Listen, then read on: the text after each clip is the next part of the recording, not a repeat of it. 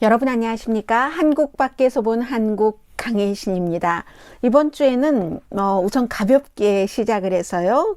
조금씩 무겁다기보다는 한국의 현상을, 한국 뉴스를 팔로우하고 계시는 분들은 충분히 알고 계시는 이슈들을 세계에서는 어떤 그 많고 많은 사연 가운데서 선택을 해서 공통적으로 보도해 드리는가.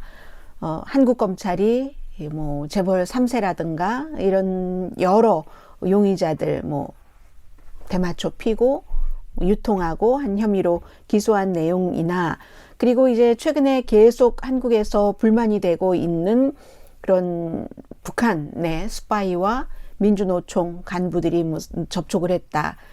이 내용은 이번 주에는 그러니까 그 윤석열 행정부에 대한 비난성의 그런 그 보도가 많습니다. 또 하나는 한국 여성들이 아기 만드는 기계, 내가 여자가 아기 만드는 기계야 하고 반발한다는 이 오피니언은 정혜원 씨라고 Flowers of Fire, 불의 꽃들, 이런 한국의 미투 운동에 대해서 책을 쓴 그런 전에는 어디서 일을 했던가요? AFP 통신이든가요? 잠깐만요. 제가 한번 보겠습니다. 미국에서는 제가 이분의 기사를 많이 보지 않았기 때문에 정혜원 씨가 맞네요. AFP 그 통신 서울 기자로 일을 했었던 그분의 오피니언을 내겠고, 또 하나는 한국에서 정말 오랜 동안 이슈가 되고 있는 지하철역 앞에서의 시위라든가 장애인에 관한 것을 영국의 BBC 방송은 어떻게 보도를 했는가. 또 맨 마지막에는 이번 주에 저는 정규방송 시간에는 다루지 않았습니다. 왜냐하면은 그만큼의 가치가 없다고 생각했기 때문입니다. 마이크 폼페오라는 사람이 미국의 국무장관이었다는 이름만으로 북한에 대해서, 김정은의 심중에 대해서 직접 만났다고 해서 제대로 파악할 수 있는가. 워낙에 그 같은 그 지식 배경이 얇기 때문에 그래서 별로 다루지 않았는데, 어쨌든 그 내용까지를 합쳐서 한국 밖에서 본 한국 시간으로 전해드리겠습니다. 가볍게 먼저 시작하죠. U2 하모니라는 아이디를 갖고 계신 분이 제가 아마 방송하다가 스티브 이언 씨가 나온 영화에 대해서 무슨 영화였는지 생각이 안 나네요 라고 했더니 버닝 아닌가요? 이창독 감독님의 그 얘기 맞나? 틀리면 망신 하셨는데 버닝 맞습니다. 이제 별로 중요한 것 아니니까 이렇게 넘어가고, 오히려 이번 주에 미국에서 한국 밖에서 본 한국에서 다룰 정도로 중요했었던 것은 오스카 시상식에서 헤어질 결심이 박찬욱 감독의 그런 그 외국 영화 정식 후보 5편에 올라가지 못했다 하는 거죠. 그래서 여러분들 오늘 이제 이미 미국은 토요일이기 때문에 넷플릭스를 보시고 계시는 분이라면은 독일 작품인 All Quiet on the Western Front, 한국말로 구태여 번역을 하자면 서부전선 이상 없다잖아요. 여러분들께서 수없이 보셨던 서부전선 이상 없다라는 게 이제 전쟁, 세계대전을 기반으로 한 그 유명한 1928년도에 소설을 바탕으로 만들어진 거잖아요. 이게 이제 작품상이 아니라 그 외국어상 그 후보에 올라가면서 한국 거는 안 됐고, 아르헨티나의 민주화를 다룬 아르헨티나 1985년, 벨기에의 클로스, 폴란드의 EO, 아일랜드의 Quiet Girl이라는 이런 작품들이었습니다. 그래서 이제 박찬욱 감독의 헤어질 결심은 이 같은 작품들에 밀려서 오스카에서는 이 외국어 작품상 후보에 올라가지 못했다. 그러니까 곧 여러분들 넷플릭스에 All Quiet, 조용한, 이상 없다는 뜻이죠. On the ONTHE Western Front, 서부전선 이상 없다. 이렇게 딱 찍으시면은 넷플릭스에 영화 나옵니다. 한번 보실 수 있겠습니다. 독일에서는 특히 반응이 아주 나빴다고 하거든요. 왜냐하면 아주 원래의 그 작품에서는 굉장히 진중하게 전쟁에 대해서 주인공이 생각해 가면서 뭔가 심오한 것을 작품은 얘기를 해주고 있는데, 이게 헐리우드로 오니까 완전히 헐리우드식으로 바뀌더라 해서 그렇다는데, 어쨌든 상을 받을 가능성도 많고요. 10대 소년이 그야말로 휘말리는 그런 그 영화죠. 그런 것들이 있었고요. 그리고 지금부터 시작을 하겠습니다. 한국 검찰이 17명 대마초를 피우고 서로 아름아름 나눠 가지고 해서 17명을 기소를 했다는 건데, 이거는 해외 언론에서도 어디에 포커스를 맞추냐면요. 무슨 남양유업의 뭐 재벌 3세, 어떤 또 뭐가 있죠? 무슨 화학회사도 있고, 연예기획사 대표도 있고, 음악하는 사람, 뭐 사업가, 뭐 경찰청장 아들, 이런 사람들이 있어서 2022년 9월부터 수사를 해서 17명을 기소를 했고 3명은 미국으로 도망쳤다고 하잖아요. 이것의 포커스는 뭐냐면은 지난번에 그 문재인 그 대통령 시절에 검찰이 경제사법만 수사를 할 수 있도록 했는데, 한동훈 그 법무장관이 시행령 이런 것을 딱 그 들고 들어가서 이 같은 것을 수사할 수 있게 됐다는 그런 점이죠. 그래서 이제 거기에 포커스를 맞췄고, 그리고 20명 가운데 3명 해외 도주했다는 것. 전체적으로 합쳐서는 1km 정도도 안 된답니다. 그 파우더로 안 넘는데, 그런데 이제 뭐 얼만큼 처벌할 것인가 이런 것에 대해서는 발표하지 않았고, 뭐 지방은행의 상속자라든가 화학기계 효성의 상속자라든가 거의 이제 30대와 40대인데 미국을 포함한 해외에서 유학하다가 그 유학생들도 재벌가의 유학생들은 서로 끼리끼리 놀잖아요. 그렇게 하다가 그 습관을 버리지 못했다. 어려서 외국에서 살았던. 그래서 이제 요즘은 한국에서도 소셜 네트워크를 통해서 바이어와 셀러가 아주 정확하게 서로 만나서 하는 것도 없이 뭐 그렇게 한다던가 아니면 이렇게 아름아름해서 한다던가 하는 것이 굉장히 문제적인 사회적인 문제점에서는 그 점을 지적하는 거고요. 미국이야 뭐 레크리에이션 마리화나가 지방 정부의 그 수입을 높인다 해서 거의 지금 추세상으로 허락을 하고 있는 상황이지만 한국과 미국은 다르기 때문에요.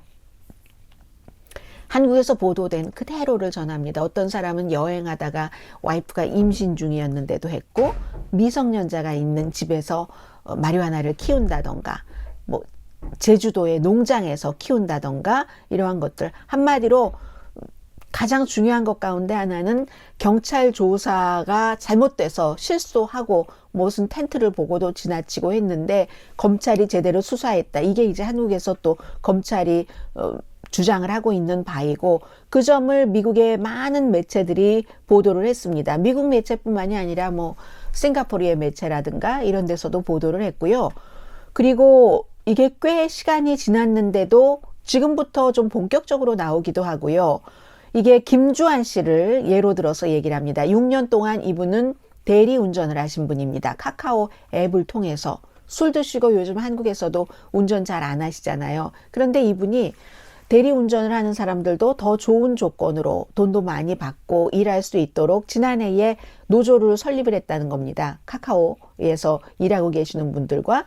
예를 들어서 이제 손님을 자동차에 태우러 갈 때 딱 그 손님을 만났을 때부터가 아니라 태우러 가는 그 시간까지 계산을 해야지 된다. 뭐 이런 뭐 그런 것들을 원하고 있는데, 이 김주한 씨가 얘기하기를 윤석열 행정부가 아주 오래된 전술을 쓰고 있다. 1980년대에 뭐 젊은 사람들을 공산주의와 일한다고 해서 지금 노조를 그렇게 하고 있는 거잖아요. 북한을 위해서 일한다 하면서 국가정보원이 이달에 이제 그 민주노총, 가장 큰 노총이잖아요. 사무실을 급습해서 이거 좌파가 이렇게 하고 있다. 중국에서 북한 스파이를 만났다. 캄보디아에서도 뭐 베트남에서도 이렇게 의심이 된다 하는 얘기입니다. 그래서 이제 민주노총에 이 같은 그 노조 운동을 못하게 해서 노조원을 분열시켜서 노조가 뭉치면은 지금 윤석열 정부가 밀고 있는 회사, 기업이 손해를 보니까 그렇게 해서 이렇게 어떠한 그 특정 말하자면 조작을 한다, 이런 그 주장들이 있다는 것까지 그대로 보도를 합니다. 한국 사람, 북한 사람이나 조직과 만나지 못하는 국가보안법에 대해서도 정부 허가 있이는 괜찮죠?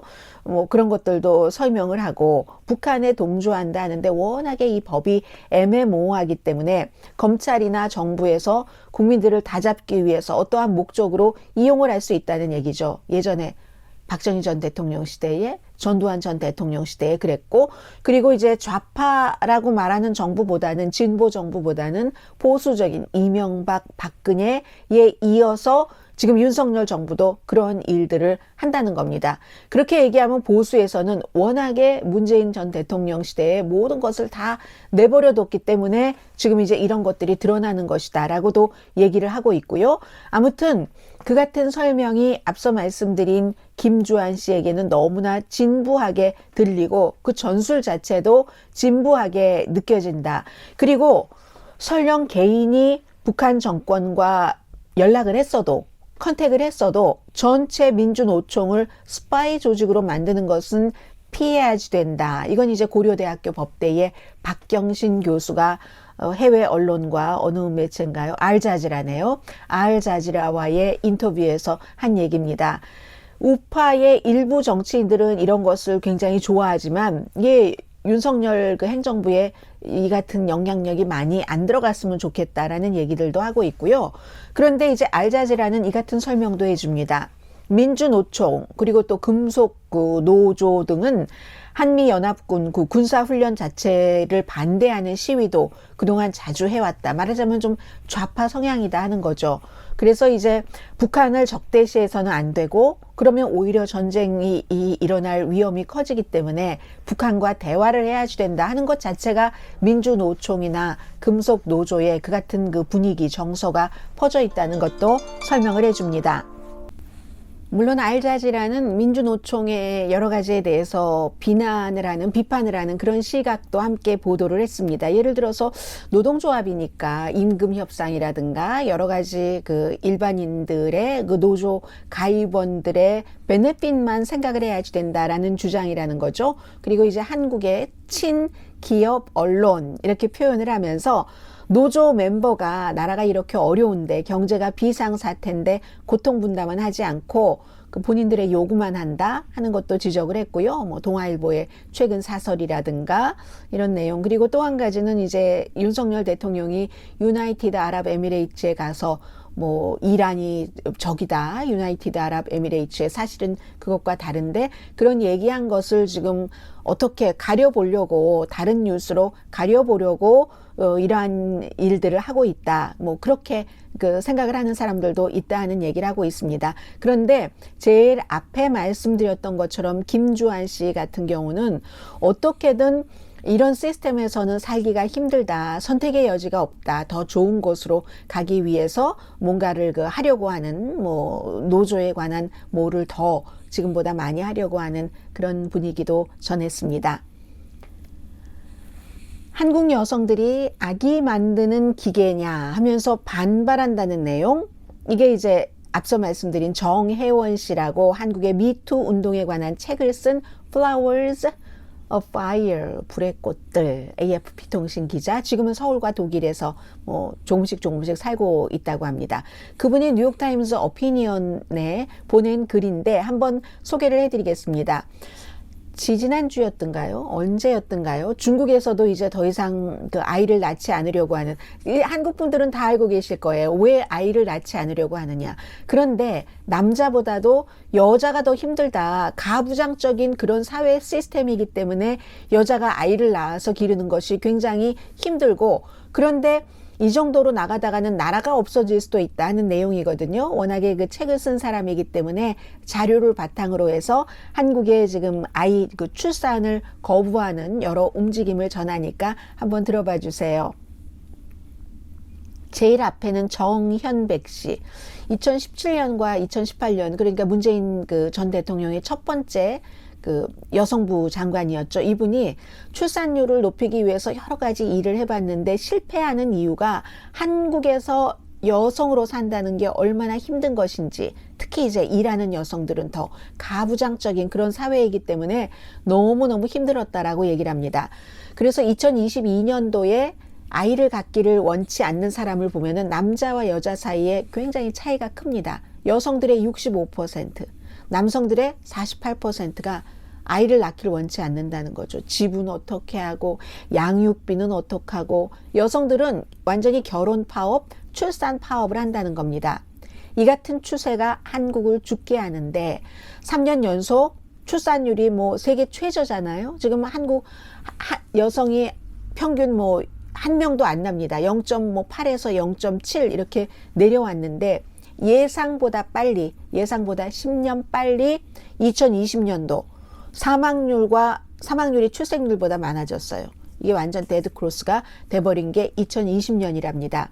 한국의 무슨 큰 도시, 시, 군 단위로 반 정도는 지금 인구가 줄어든다는 거거든요. 그럼 인구가 줄어들면 데이케어 센터가 양로원이 되고, 그리고 무슨 뭐 산부인과가 문을 닫고 장례식장이 오픈을 하고, 농촌에는 지금 이 작가가 AFP 통신의 전 기자가 전에 가봤을 때 그 학교에 700명의 학생이 있었는데 나중에는 4명이 있다는 거예요.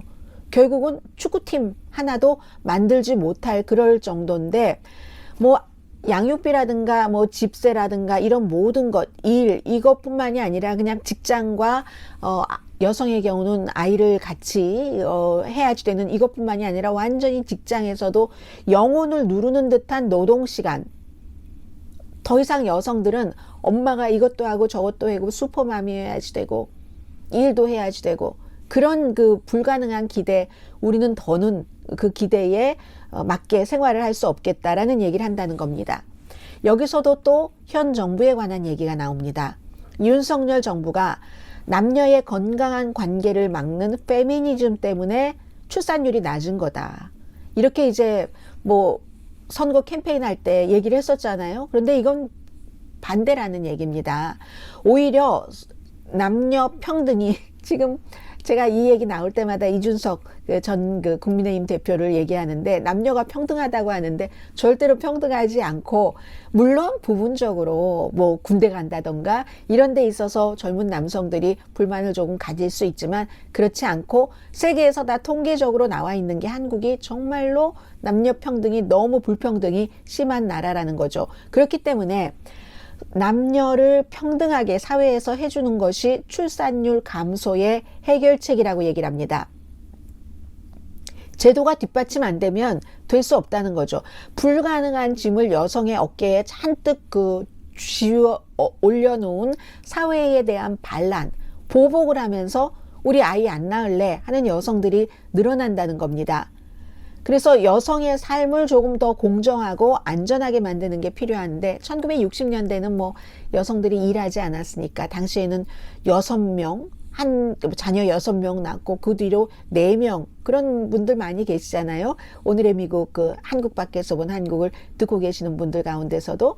그러면서 이제 경제 개발을 하면서 여성이 사회에 참여하고 줄어들어서 2021년도에 여성이 0.81명 아이를 낳는다면 1년 뒤 3, 4분기에는 0.79명으로 줄어들었습니다.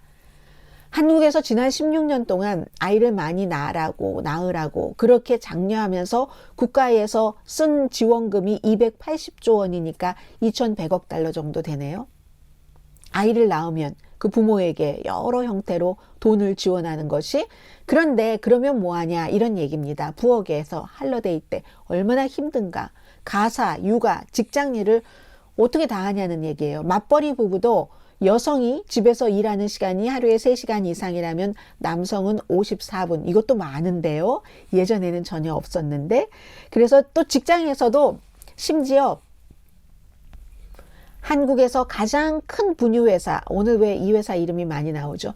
그 한국에서 가장 큰 분유회사에서도, 유아식 회사네요. 분유, 뭐, 같은 회사일 것 같다는 느낌은 드는데요. 여자 직원이 임신하면 회사를 그만두도록 종용을 한다는 겁니다. 너무 코미디죠. 유아식을 만드는, 분유를 만드는 그런 회사에서. 그런데도 한국에는 아시아에서 가장 큰 미투 운동이 있다. Four no's.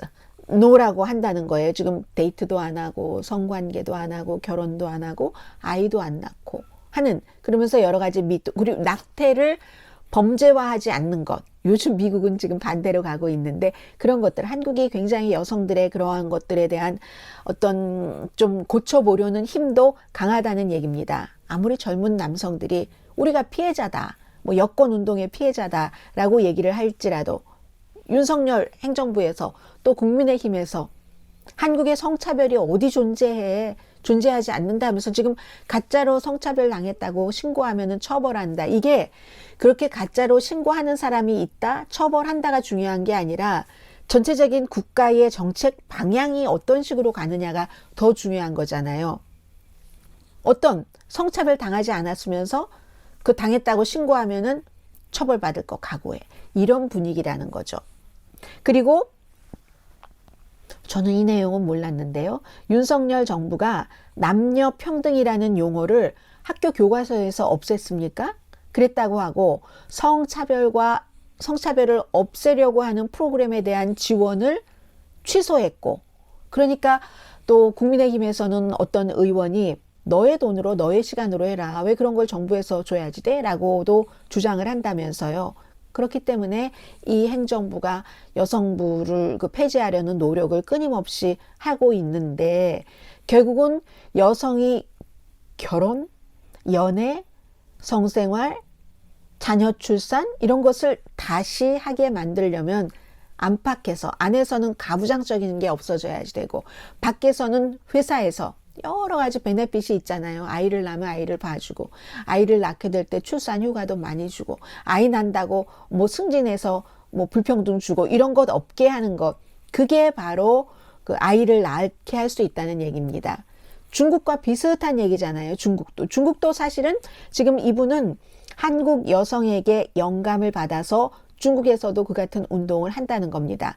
그러니까 결국은 스웨덴처럼 아주 합법적으로 남자와 여자가 뭐 일을 나눠서 한다던가, 아니면 그 가족 정책 자체를 무척 잘한다던가, 프랑스처럼 직장에서 여자라고 해서 아이 출산 이런 거 문제로 어떠한 그 뭐 피해를 입지 않도록 한다던가, 이런 모든 것들이 합쳐져야지 된다는 겁니다. 유엔이 한국이 지금 5,500만 명 인구가 있잖아요. 이대로 가다간 이 세기가 끝나기 전에 인구가 반이 된다는 겁니다. 반이 되면 국가의 존립이 위태롭게 됩니다. 2,500만 명 가지고 뭘 합니까? 아무것도 못해요. 그런 얘기를 뉴욕타임스 어피니언란에 실렸습니다. 한국의 여성들이 베이비 낳는 것을, 이거 우리가 베이비 낳는 머신이야 하면서 파업을 한다고, 이를테면 정혜원 씨가 쓴 그 같은 뉴욕타임스 기고문이었고요. 그리고 BBC 방송에 보도를 전해드립니다. 20년을 시위를 했어도 한국에서 우리가 동등한 권리를 찾고 있지 못합니다. 너무 많이 들어오신 얘기입니다. 장애인들을 얘기를 하는 건데, 박경석 씨 휠체어를 타고 계십니다. 서울에서는 휠체어를 타고 갈 수 있는 곳이 적다고 얘기를 합니다. 영화관을 가면 계단이 너무 많고, 컨비니언스 스토어 같은 그 편의점에 가도 마찬가지고, 카페도 그렇고, 설령 가도 대부분 또 화장실을 못 간답니다.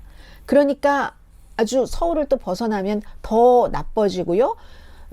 그렇기 때문에 이분은 1984년도 24살 때 행글라이딩 그 사고로 하반신이 마비되신 분인데, 대중교통 이거 다 해라, 지하철에 엘리베이터 놔라, 지금 이런 주장을 하면서 러시아워 때 때때로 이제 그 시위를 하고 계시잖아요. 장애인 권리를 주장하시는 분들께서 지하철에서 11년 동안인가요? 11년? 1년 아닌가요? 많은 분들이 뭐 열차 진입도 막기도 하고, 때로 주요 노선 방해하기도 하고 하니까, 아니 우리 죄 없는, 우리 출근해야지 되는 사람, 나 병원에 어포인먼트 있는데 이게 뭐야 하고 엄청나게 반발도 많았는데, 이분들은 20년 동안 고운 말로 해봤더니 되지가 않더라 라고 포커스를 주목받기 위해서 우리가 극단적으로 할 수밖에 없다는 거잖아요. 그래서 결국은 휠체어를 접근할 수 있도록 엘리베이터를 설치해야 된다 하는 거잖아요. 그건 이제 기간 산업적인 것으로 공공 예산이 필요한 것인데, 여기도 마찬가지입니다. 여성들이 앞서 아이를 낳지 않는다, 이런 것이 여러 가지 문제가 있지만, 가부장적인 그 어떤 생각, 여자는 다 해야 돼, 뭐 그렇게 말이 많고 뭐 그게 또 착한 여자 신드롬도 있잖아요. 직장에서도 잘하고 하나 컴플레인 없이 집에서도 잘하고, 그러다 어느 날 갑자기 번아웃 되고 그러는데, 기간 산업과 공공 예산이 있다 하더라도 사람들이 장애인을 보는 시각, 그 원래의 그런 시각에도 변화가 있지 않으면 이건 힘들다는 겁니다. 집에 있지 왜 나와? 대놓고 얘기하는 사람들 있잖아요. 그런데도 이제는 그 장애인들이 우리가 그런 어떤 때는 모욕, 멸시 같은 것을 들으면서도 계속 요구를 할 것이라고도 얘기를 하는데 여전히 장애인에 대한 뭐 연민이라기보다 미국에선 그러잖아요. 부족한 게 아니라 다른 것이라고 하는데 온통 지하철 같은 데서 이제 이런 일이 있으면 다 장애인들이 차지하고 있네. 그렇게 생각하는 사람도 있고 어떤 사람은 시위하는 것은 충분히 이해를 한다. 그러나 그 시위가 다른 사람에게 또 다른 문제를 일으켜서는 안 된다라고 얘기하시는 분들도 계시고요. 그리고 지금 이제 오세훈 시장은 시위대 더 이상은 봐주지 않겠다. 뭐 이런 얘기 페이스북에 썼다면서요. 일반 시민에게 더 이상은 손해를 줄 수 없다. 하니까 장애인들은 거봐라. 우리와 일반 시민을 다르게 생각을 하는 거다. 오세훈 시장이 사용하고 있는 언어를 봐라. 장애인을 그냥 보통 사람과 똑같은데 불편함을 느끼는 사람이 아니라 일반 시민과 다른 사람으로 그룹을 져서 평가하는 사람이다. 평범한 시민으로 생각하지 않는다라고도 얘기를 합니다. 얼마나 빨리 엘리베이터를 설치하느냐. 이게 이제 협상의 핵심 쟁점 중에 하나인데 그런데요. 이 내용이 맞습니까? 저는 제가 이 내용 자체를 실제로 취재하지 않았기 때문에 영국의 BBC 방송이 보도하기를요. 한국에서는 275군데 그 지하철 정거장의 정류장이라고 해야 되나요? 아무튼 스테이션에 19군데가 장애인들이 접근하기가 힘들답니다.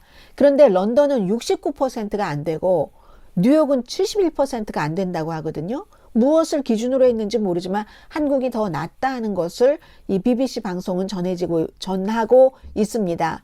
아무튼 숫자만의 문제가 아니라는 것을 상당히 강조를 하는데 어떤 사람들은 장애인들은 나라 돈으로 너무 편안하게 산다. 어떤 사람은 뭐 대통령보다 더 잘 살아 떵떵거리고 이렇게 얘기하시는 분들도 계시대요. 10대 딸이 4살 때 암을 앓고 나서 그 뒤부터 계속 휠체어에 타고 있는데 그 아이를 보고 어떤 분이 장애인이 아닌 분이 그런 얘기를 하신다는 얘기입니다. 그러면서 시위대를 악당 장애인으로 묘사를 하는데 나이 든 어떤 사람은 딸의 어깨를 탁 치면서 이거 얼마야? 이 휠체어 얼마야? 야, 사회복지 시스템 좋다. 납세자가 해주니까 얼마나 좋아 공짜로 이런 얘기를 하신다는 겁니다.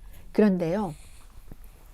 장애인 가운데서도 젊은 장애인들은 이제 본인들의 여러 가지 생각 같은 것을 표현하고 하는 것이 많이 달라져서 소셜 미디어인데 무이 MUI 제가 아직 안 들어가 봤네요. 그런 곳을 만들어서 장애가 그 사람이다 라고 정의돼서는 안 된다는 것을 젊은 미성년자라고 해요. 17살이라고 하던가요. 소년데 그 장애인을 섹시하게 만들다. 요즘 뭐든지 아주 멋있다 하는 것을 섹시하다라고 표현을 하잖아요. 그렇게 만들기 슬로건을 이렇게 해서 우리 장애를 가진 사람들이 접근할 수 있는 그런 곳들의 맵을 만들었답니다. 예전에 우리 영화 미국에서 그린북이라는 것을 보면은 아프리칸 아메리칸들이 묵을 수 있는 호텔이 따로 있고 그런 그린북이 있었잖아요. 이것은 그것과는 다르지만 장애인들이 접근하기 쉬운 그런 곳들을 맵을 만들어서 지하철을 포함해서 한 1000장 이상을 만들었다는 거죠. 굉장히 긍정적이죠. 지하철 시위대와는 다른 세대이기 때문에 지하철 시위대에 가보면 나이 드신 분들이 굉장히 많거든요. 아무튼 우리가 가고 싶은 곳을 많이 못 가는데 우리도 존재한다 하는 것을 보여주고 싶다는 그런 17살 소녀도 있고요. 그래서 이제 이런 소녀들은 블로그로 글도 쓰고 뭐 소셜미디어에 여러 가지 본인들의 생각들을 올리는데 이 소녀는 여자는 힘들다, 장애는 힘들다, 미성년자는 힘들다 한국에서.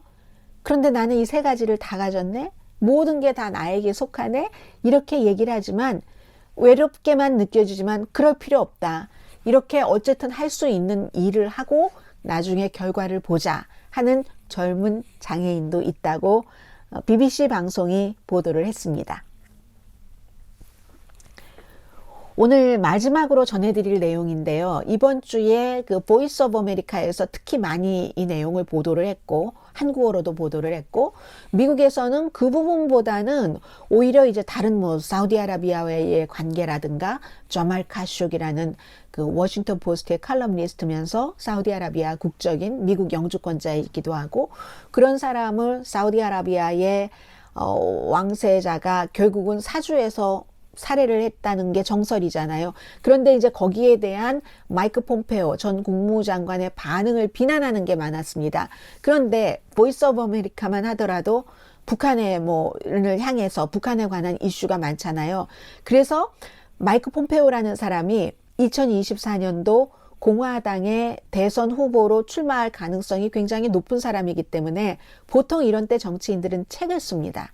책을 써서 본인이 트럼프 시대의 CIA 국장과 국무장관으로서 더군다나 김정은 위원장과 독대를 했으니까 거기에 관한 것을 책에 담아놓은 겁니다.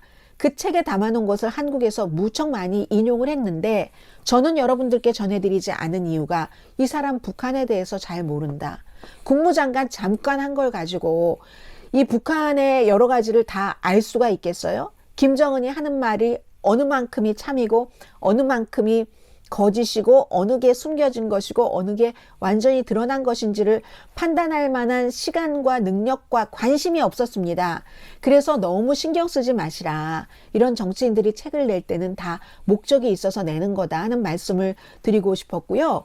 그래서 마이크 폼페오가 본인의 책에서 쓴 게 한국에서 가장 관심을 갖는 건 그거겠죠. 김정은 위원장이 뭐 주한미군 철군하는 것을 원치 않는다는 겁니다. 그러면 중국만 좋아할 것이다. 중국이 그럼 우리를 속국으로 남북한을 속국으로 뭐 어디 무슨 중국이 지금 막 속국처럼 취급하고 있는 소수인종 민족에 그렇게 취급할 것이다. 그러니까 본인은 그거 원치 않는다라는 그 얘기를 했다는 거 아니에요. 결국은. 그런데 그 말을 부분적으로 분명히 맞을 겁니다. 왜냐하면 지난번에 김정은 위원장이 중국을 방문했었을 때 시진핑 주석이 김정은 위원장 딱 이렇게 놓고 모든 아주 그 소수 인종들을 다 각기 그 민족의 옷을 입혀서 조선족도 뭐 한복을 입히고 해서 딱 그 보여줬습니다. 뭘 얘기를 하는 겁니까? 과거의 그 전통으로부터 중국에 속해 있는 소수 민족 거기에 이제 조선족도 들어가고 하는 거잖아요. 그런 게 있기 때문에 분명히 북한에서도 어느 정도 북한도 굉장히 독립심이 강한 그런 그 국가의 형태이기 때문에 생각을 했을 겁니다. 그러나 구태여 따지자면 그 김정은이 미국이 좋아서 그러는 건 아니잖아요. 그리고 그것도 다 믿어야지 되느냐? 그건 모르는 겁니다. 마이크 폼페오 국무장관이 당시에 이제 뭐 가서 억류돼 있던 사람을 뭐 풀어오고 하는 이런 일들도 하고 했었을 때 트럼프 전 대통령이 뭐 선물도 가져가고 했었을 때 이 사람이 김정은 위원장을 파악할 만한 능력이 제대로 됐는가? 저는 그렇지 않을 확률이 더 높다고 보거든요. 사람들이 말이야 누구나 하죠. 행간을 읽는 게 중요한 건데 마이크 폼페오라는 사람은 원래 오렌지 카운티에서 태어났습니다. 오렌지 카운티의 시티 오브 오렌지 이 캘리포니아 주예요. 한국 분들 많이 사시는 뭐 플루턴, 챕만, 애나하임 이런 데 더 거쳐서 가면 오렌지가 있는데 저는 시티 오브 오렌지를 좋아합니다. 앤틱 샵이 많아서요. 거기서 태어났는데 웨스트 포인트를 갑니다. 웨스트 포인트를 가고 군대를 가죠. 군대를 갔다가 변호사를 합니다. 군대 갔다 오면 또 뭐 학교 들어가기도 쉽고 하버드 법대를 가죠. 변호사를 하다가 돈도 좀 웬만큼 벌고 2011년부터 2017년까지 캔사스의 하원 의원을 지냈습니다. 캔사스 4지구의 하원 의원 지낸 게 정치인으로선 전부입니다. 캔사스의 4지구에요. 인구가 75만 명 정도밖에 안 됩니다. 그 본인의 지역구에. 캘리포니아 로스앤젤레스 인구가 400만 명이에요. 그러니까 아주 시골의 작은 곳에 하원 의원 6년 한 게 전부입니다. 정치인으로선. 그런데 이 사람이 트럼프 시대에는 누가 트럼프 아래서 일하겠다는 사람도 없고 뭐 능력 있는 사람들이 별로 없었잖아요. 그러니까 누군가 골드만삭스에서 일했던 사람을 톡하니 재무장관으로 앉히고 이런 일이 많았죠. 운이 좋아서 캔사스의 인구 80만 명도 안 되는 곳에 연방 하원 의원을 하다가 트럼프에게 딱 찍혀서 중앙정보국장을 2017년부터 2018년까지 합니다. 중앙정보국장을 하고 그리고 나서 원래 렉스 틸러슨이라는 오일 회사 기업인이 국무장관을 했었잖아요. 그 자리를 이어받은 겁니다. 그러니 북한에 대해서 무슨 세계사에 대해서 아시아에 대해서 캔사스에 그 아주 보수적인 시골에 100만 명, 인구 100만 명도 안 되는 곳에 연방 하원의원을 하면서 그런 세계관이 있을 리가 없었던 사람입니다. 잘 몰라요. 국무장관이 되고 나서 북한에 대해서 좀 알아가는 공부를 했을 겁니다. 그리고 하원의원을 6년 동안 했지만 하원의원 하면서도 소위원회의 위원장을 해본 적도 없어요. 마이크 폼페오는.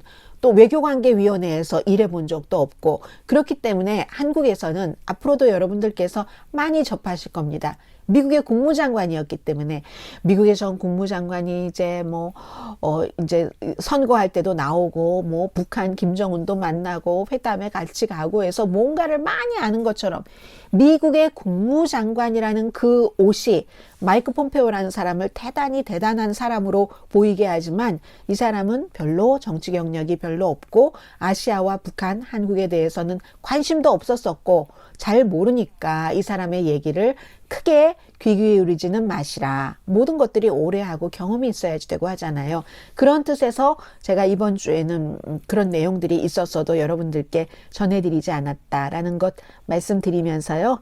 이 정도로 할까요? 네, 이 정도로 하고 이제 내일은 하루 쉬시고요.